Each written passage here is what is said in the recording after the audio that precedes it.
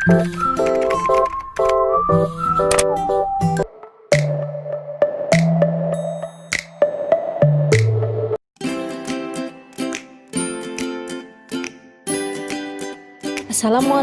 warahmatullahi wabarakatuh.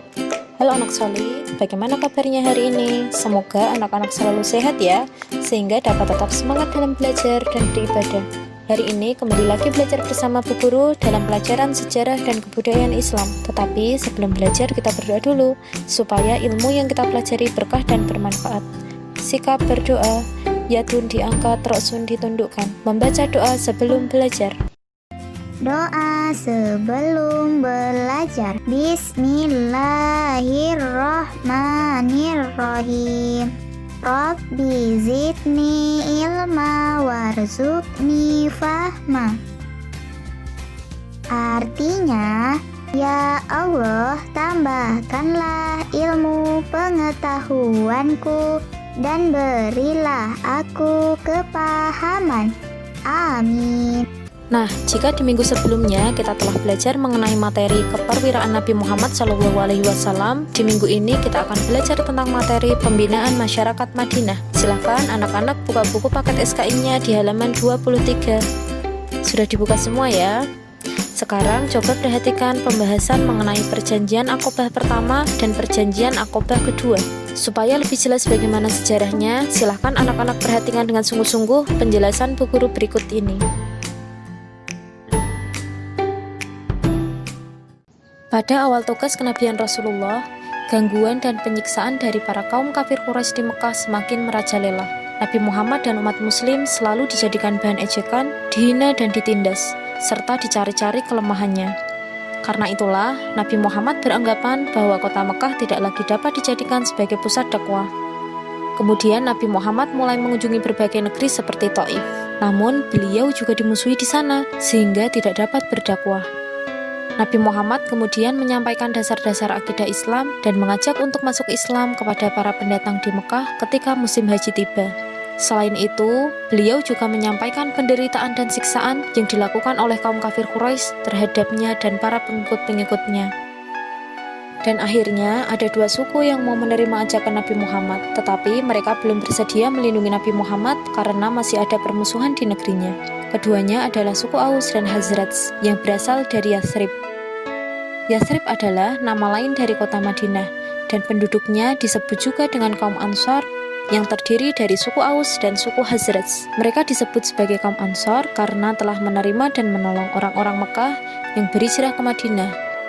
Mereka menerima ajakan Rasulullah karena telah memahami ajaran Tauhid dan juga seringkali mendengar cerita tentang Rasulullah dari orang-orang Yahudi.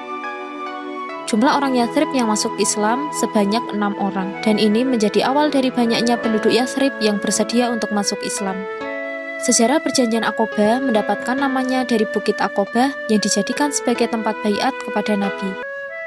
Baiat berarti perjanjian atau ikrar yang diucapkan oleh seseorang untuk bersedia menerima dan sanggup memikul atau melaksanakan sesuatu yang telah dibaiatkan atau diikrarkan kepadanya. Perjanjian Aqobah menjadi tanda akan berkembangnya Islam di Yathrib atau Madinah. Perjanjian Aqobah dibagi menjadi dua berdasarkan dua peristiwa yang berbeda. Berikut penjelasannya. Perjanjian Aqobah pertama. Pada tahun-tahun setelahnya, tepatnya pada tahun ke-12 setelah kenabian, sejumlah 12 orang jamaah haji dari Yathrib bertemu dengan Rasulullah dan menyimak dakwah beliau.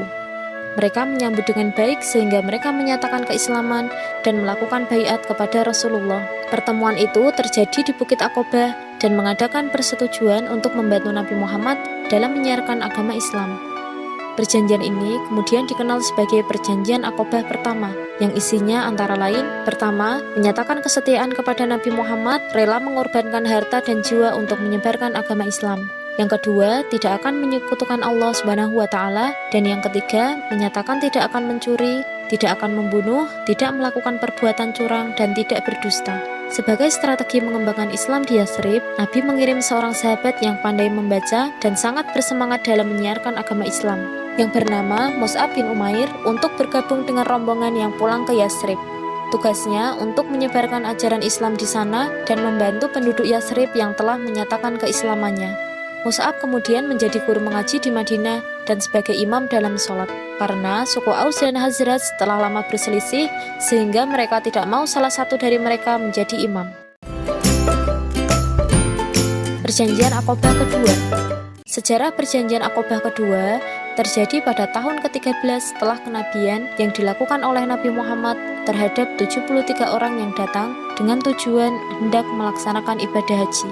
Mereka juga menyampaikan pesan dari penduduk Yathrib agar Rasulullah bersedia datang ke Yathrib untuk memberikan pengajaran Islam secara langsung.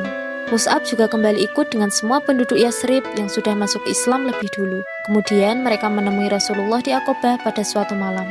Isi pada perjanjian Aqobah kedua adalah: yang pertama, kesiapan penduduk Yathrib untuk melindungi Nabi Muhammad SAW. Yang kedua, keikutsertaan penduduk Yathrib untuk berjuang dengan harta dan jiwanya. Yang ketiga, penduduk Yathrib akan ikut memajukan agama Islam dan menyiarkan agama kepada sanak saudara mereka. Dan yang keempat, kesiapan para penduduk Yathrib menerima segala resiko dan tantangan. Setelah melakukan baiat, Nabi Muhammad kembali ke Mekah untuk terus berdakwah, tetapi tetap diganggu oleh kaum musyrik.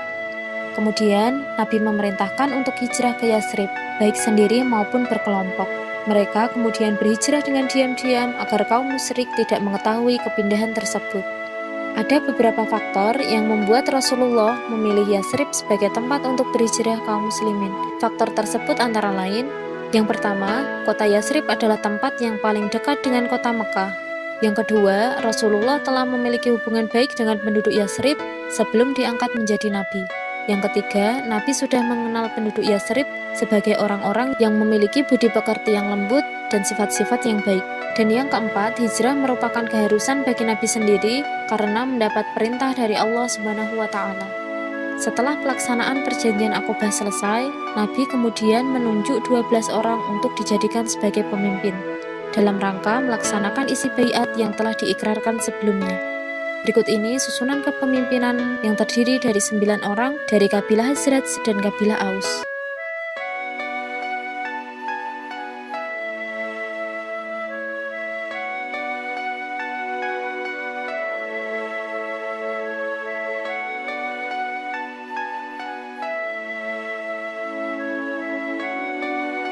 Sabda Rasulullah kepada para pemimpin tersebut menyatakan bahwa mereka semua adalah penjamin sebagaimana golongan Al-Hawariyun yang menjamin Isa bin Maryam. Dan Nabi Muhammad adalah penjamin para umatnya, dan dijawab oleh mereka semua dengan suara bulat persetujuan. Maka dalam perjanjian Aqobah mendatangkan jalan baru untuk memperoleh kemenangan dengan bantuan rakyat Yathrib dan perlindungan dari mereka.